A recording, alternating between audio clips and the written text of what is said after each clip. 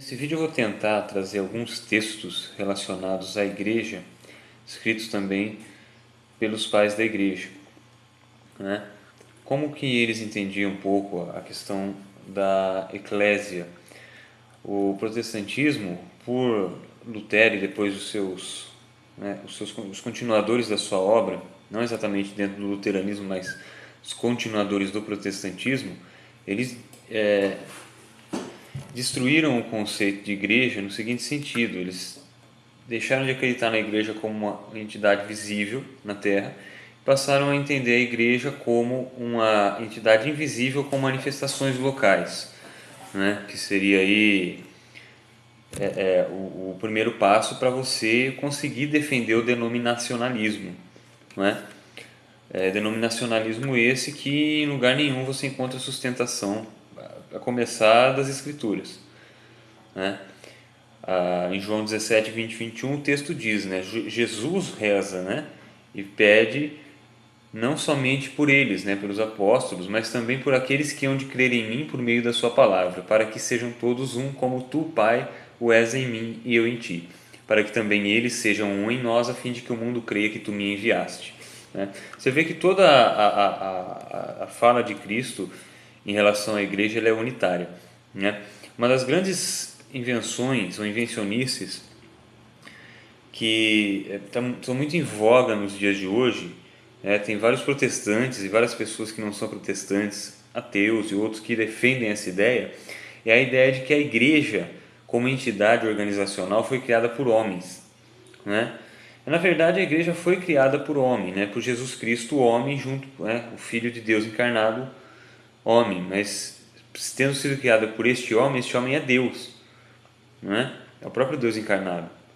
Então, vocês querem defender que seja que a igreja foi criada por homem? Ela foi criada pelo homem Deus. Então, só isso aí já dá à igreja um outro patamar, né? Mas vamos lá, vamos ver dentro da patrística. Você pega autores como, por exemplo, Inácio de Antioquia, que dizia o seguinte, né? Preste atenção no caráter unificante da igreja, né? A igreja ali em Pentecostes, né? Os apóstolos recebendo as línguas, falando em línguas de outras nações, para reverter justamente aquilo que aconteceu em Babel, né? As multidões foram separadas pelas línguas. Em Pentecostes, as multidões vão ser unificadas por uma língua comum, que é a língua da igreja, que é a língua do amor, que é a língua de Cristo sendo revelado, né? Se revelando através da igreja, né? Quando Paulo se converte também, Jesus Cristo derruba ele, né, do cavalo onde ele estava, aparece para Paulo e diz o seguinte, né?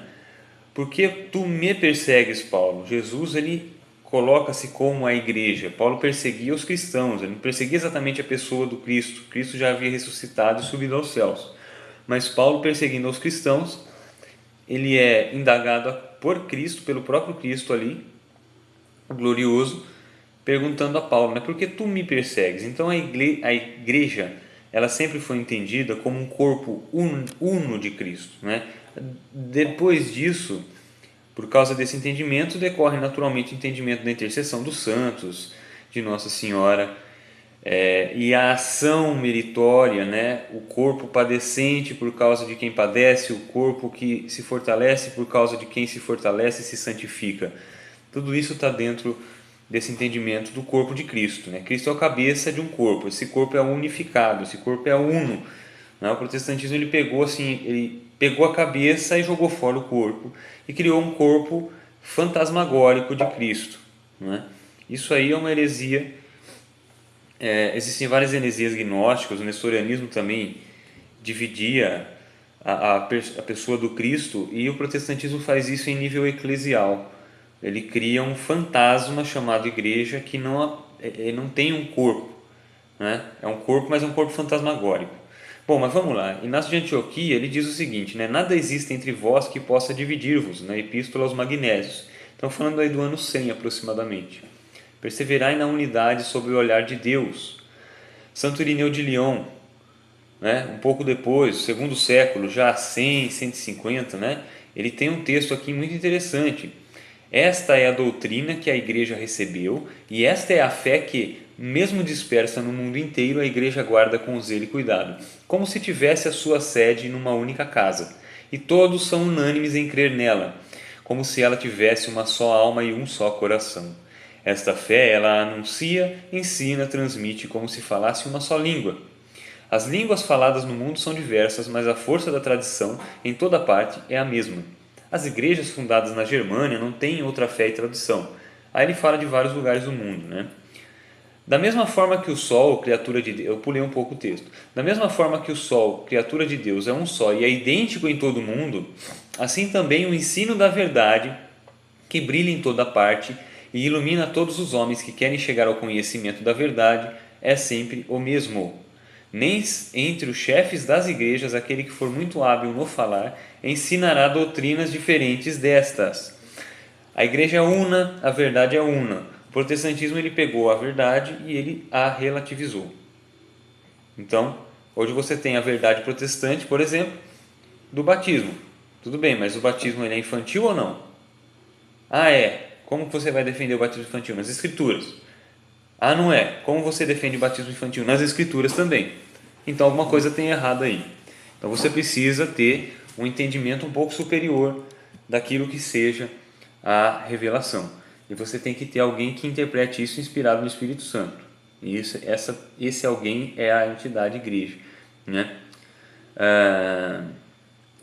Irineu de Leão, ainda na obra Contra as Heresias a Diversos Héreses, ele diz, né, em outro trecho: já que seria demasiado longo enumerar os sucessores dos apóstolos em todas as comunidades, nos ocuparemos somente com uma destas, a maior e a mais antiga, conhecida por todos, fundada e constituída pelos dois gloriosíssimos apóstolos, Pedro e Paulo. Ele está falando até o ano 200 no máximo. Eu não me lembro exatamente quando Irineu de Leão morreu, mas foi, se não me engano, 202 depois de Cristo.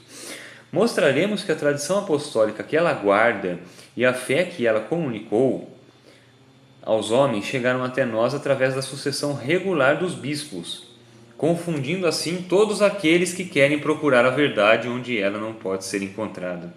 Porque é com essa igreja de Roma, em razão de sua mais poderosa autoridade de fundação, que deve necessariamente concordar toda a igreja, isto é, que devem concordar os fiéis procedentes de toda a parte.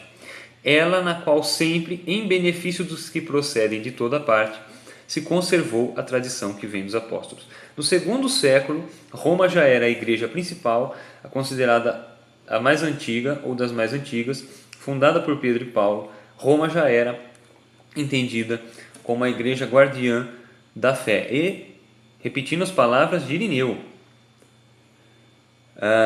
é com essa igreja que deve necessariamente concordar toda a igreja. Entendeu? Quando o catolicismo se chama de romano, ele se chama de romano porque ele concorda com a igreja principal de Roma.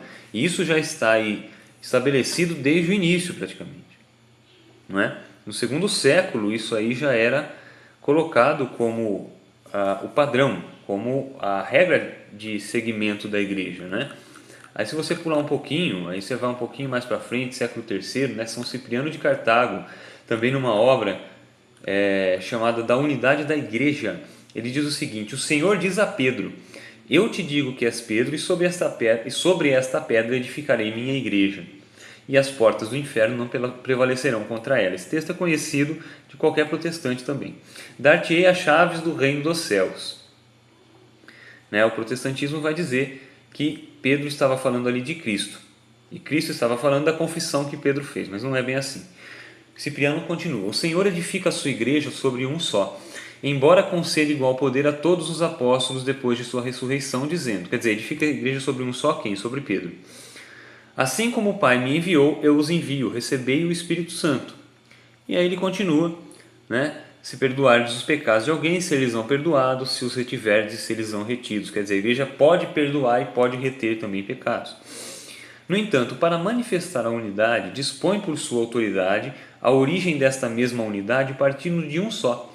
Sem dúvida, os demais apóstolos eram, como Pedro, dotados de igual participação na honra e no poder.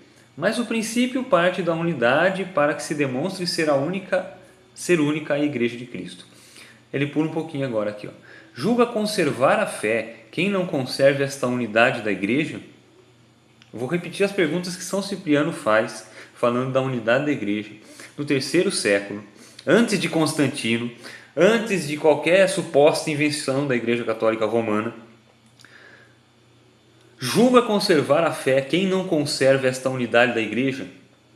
Confia estar na igreja quem se opõe e resiste à igreja? Confia estar na igreja quem abandona a cátedra de Pedro, sobre a qual está fundada a igreja? Fica essas perguntas aí para os protestantes.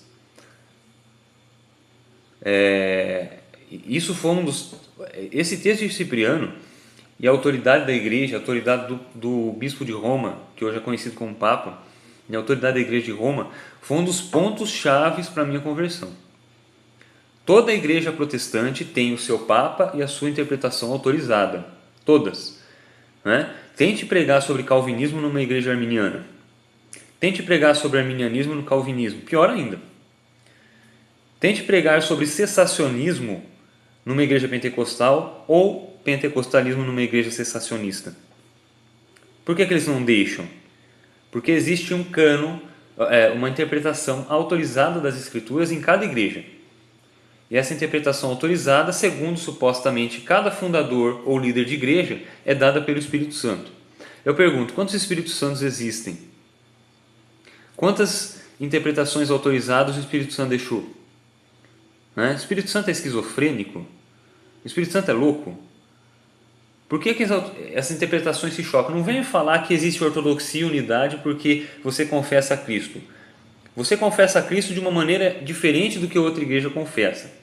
Porque se em uma o Espírito Santo manda batizar crianças, se na outra ele manda falar em línguas, e se na outra o Espírito Santo manda não falar em línguas, ele dá ordens contraditórias, por exemplo, ou se numa igreja você se prega sobre o predestinacionismo e na outra igreja você prega sobre o livre-arbítrio, que Espírito Santo é esse que está brincando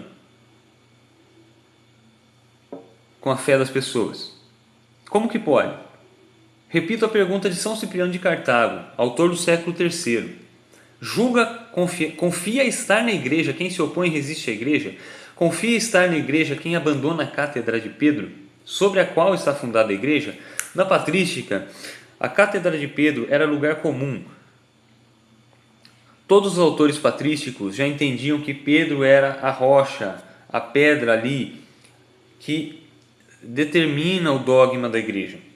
E a cátedra dele é a instituição que depois foi colocada e hoje nós conhecemos como instituição papal.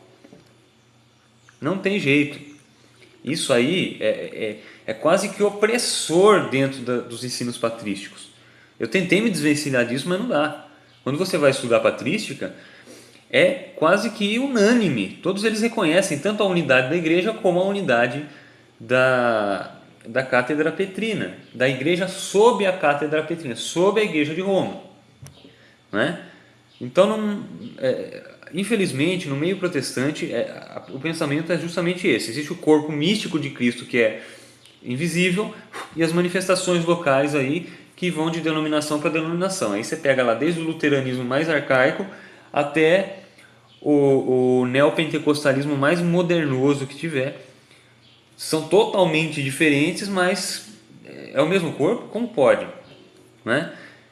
E não me venha falar assim que cada membro é diferente. Esse negócio de membresia do corpo e cada um exerce uma função é diferente de cada um interpretar de uma maneira o que é o corpo. Né? E isso Paulo mesmo fala, né? Se o pé disser que for mão, ele deixa de ser pé? Então vamos lá. Orígenes diz o seguinte, ainda que Orígenes não seja exatamente uma opinião, ou alguns momentos ele excedeu nas opiniões, né? A igreja o conteve, mas ele diz o seguinte, por exemplo, numa homilia sobre Ezequiel, né? Onde estão os pecados, aí está a multiplicidade, aí o cisma, aí as heresias, aí as controvérsias. Onde, porém, a virtude, onde, porém, está a virtude, aí a unidade, aí a comunhão, em força da qual os crentes eram um só coração e uma só alma. Vamos para João Crisóstomo, também século III para o IV. Repito, ele diz o seguinte numa homilia, repito, uma só voz se eleva a partir de diferentes línguas ao Criador do universo. numa igreja, é necessário que se eleve uma única voz, como se provinda de um só corpo. Vede porque é só o leitor que se faz ouvir enquanto o bispo está sentado em silêncio. Um só é o salmista que canta, e quando todos respondem, são como uma só voz e uma só boca. Olha só, inclusive, isso talvez eu faça um outro vídeo, João Crisóstomo está falando aqui como que era a liturgia daquela época.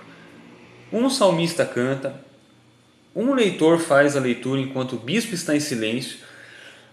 Quando todos respondem, são como uma só voz e uma só boca. Quer dizer, se for na igreja católica, se for em qualquer missa hoje, você vai ver o leitor lendo, o salmista cantando, todos respondendo, o bispo ou o padre, né, o seu representante, sentado ali quietinho, ouvindo e depois dando a homilia.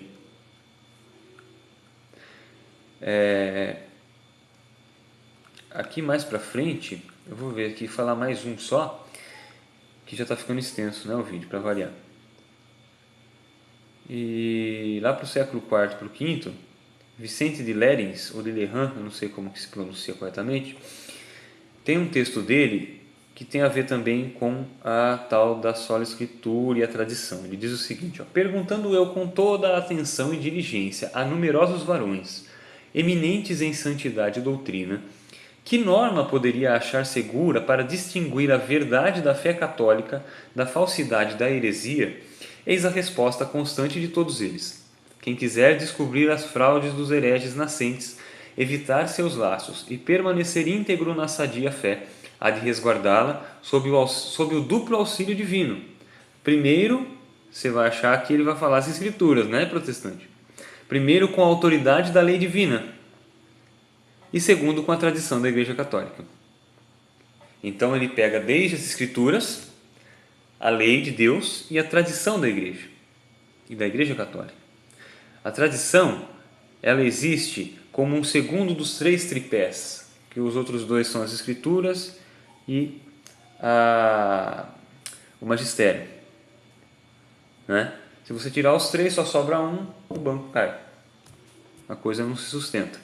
Então esse é o entendimento de igreja, o entendimento de autoridade, inclusive a autoridade do Papa, pelos primeiros cristãos. Está tudo registrado, né? Está tudo especificado. É lógico, a patrística não ela não tem a inspiração divina, digamos assim, como as escrituras têm. Mas são documentos, inclusive históricos, que mostram como que os cristãos entendiam a igreja, como que os dogmas já estavam sendo colocados, como que os dogmas já estavam sendo passados pela tradição da própria igreja, não é? E assim a infinidade, né? Eu tenho tentado fazer sobre patrística porque quem estuda patrística de um modo sério, se aprofunda e vê todos os dogmas sendo mostrados na patrística, você tem que ter uma sinceridade intelectual e fazer esse trabalho de verificar mesmo. Será que cada igreja protestante, né, criando a sua nova tradição, porque toda igreja protestante tem a sua própria tradição, a sua própria interpretação autorizada, o seu próprio líder, que é o magistério, né, o Papa, ou de repente algumas igrejas têm presbitérios, ou têm bispados, alguma coisa assim.